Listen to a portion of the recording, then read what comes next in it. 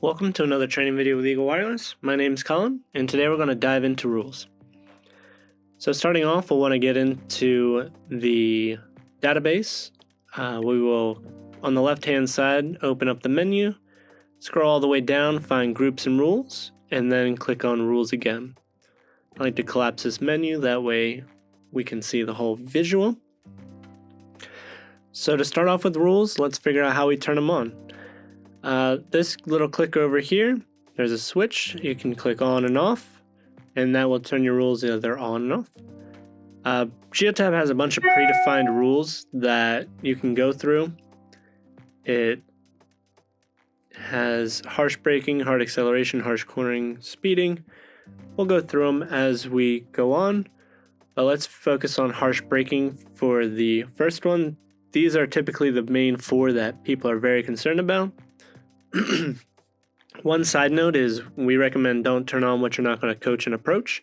So if you don't really care, don't turn the rule on, because that way it will just overclutter your map with things you really don't care about. So focusing on harsh braking, we can choose a different type of vehicle for each G-force. If you do have a mixed fleet, we recommend adding custom rules, which I will go over in a separate video. So if you find that you are getting notifications a little too often and it's not because they are harsh braking, you can adjust the sensitivity with the slider as well as clicking here. So this is going to give you predefined, and then the slider makes it a little less sensitive or a little more sensitive. It will tell you down here, least sensitive, most sensitive.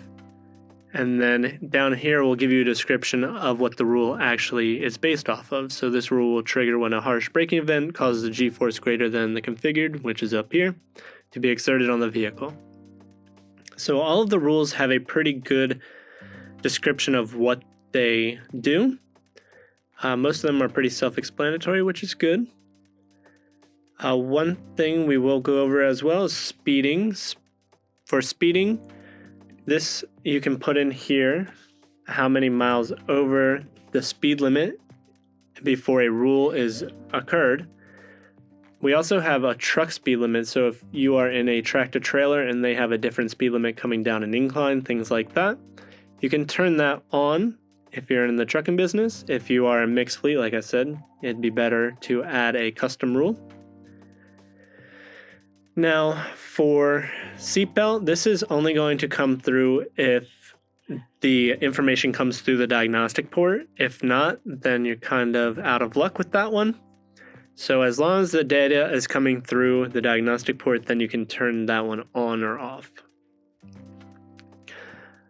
Now let's scroll down. Backing up when leaving, this is a different one. It's going to go off of the distance backing up. How far can they back up when they're leaving? So this one's 4 yards.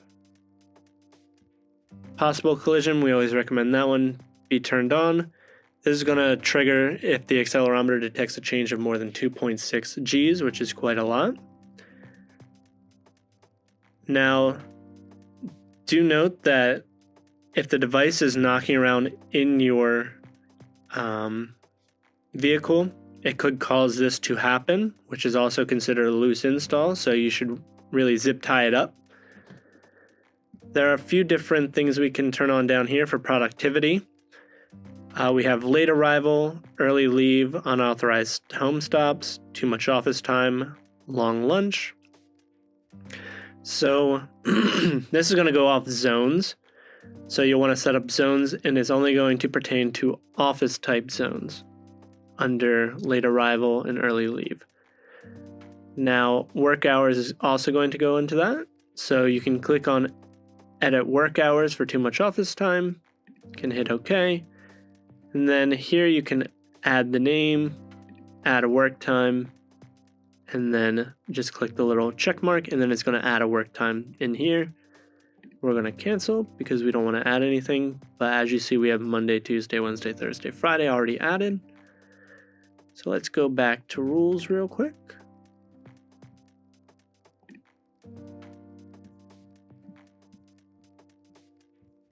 Where were we?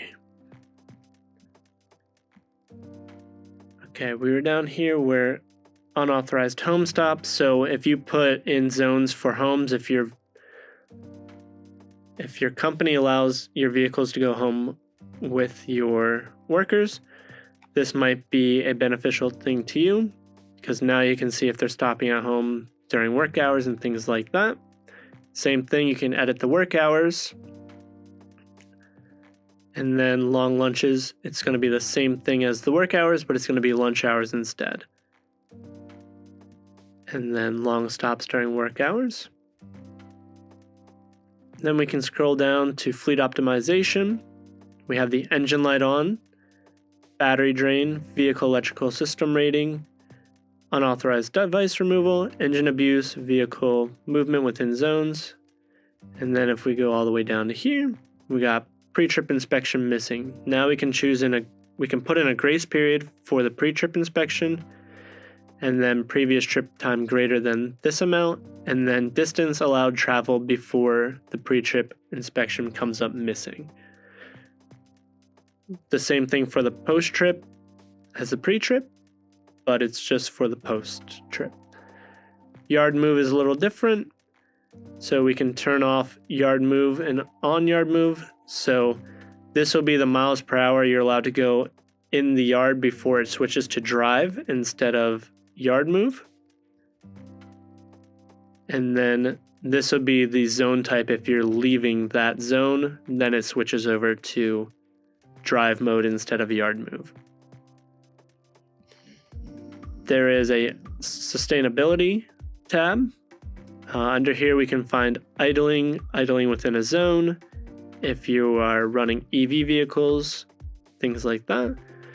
So record idling when over the specified time. 90 minutes is quite a long idle time, but I'm sure some people do it. And then idling within a zone, if you have zones set up, you could use this rule as well. And then we will scroll all the way back up to the top. So now that we've went through all the rules and how to change them a little bit, what if we want to get notified on that? How do we do that? So we come over on the right hand side, we click the little mail, and then you can add an email alert, and then we can type in an email. So maybe I want to add myself, Colin at eaglewireless.us, and then we just come down here and click add. Now I'm going to get an email anytime that event occurs. We can also add alerts inside of Geotab if that event occurs. So a low priority yellow pop-up alert will come up here. It'll be a box that says this event has happened. Urgent pop-up would be red, and then log only will come down to this notification bell right here. We can also add driver feedback. So this would be the device beeping at the driver if they're breaking that rule real time. So the device can beep 3 times, beep 3 times rapidly, beep 10 times rapidly. And then we can also do text notifications and Go Talk if you have that equipment in your vehicle. We can do text message alerts as well.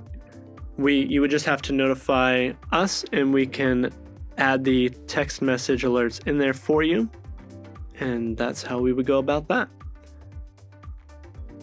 So then you would just save it up here. And now you can see I am on the alert list.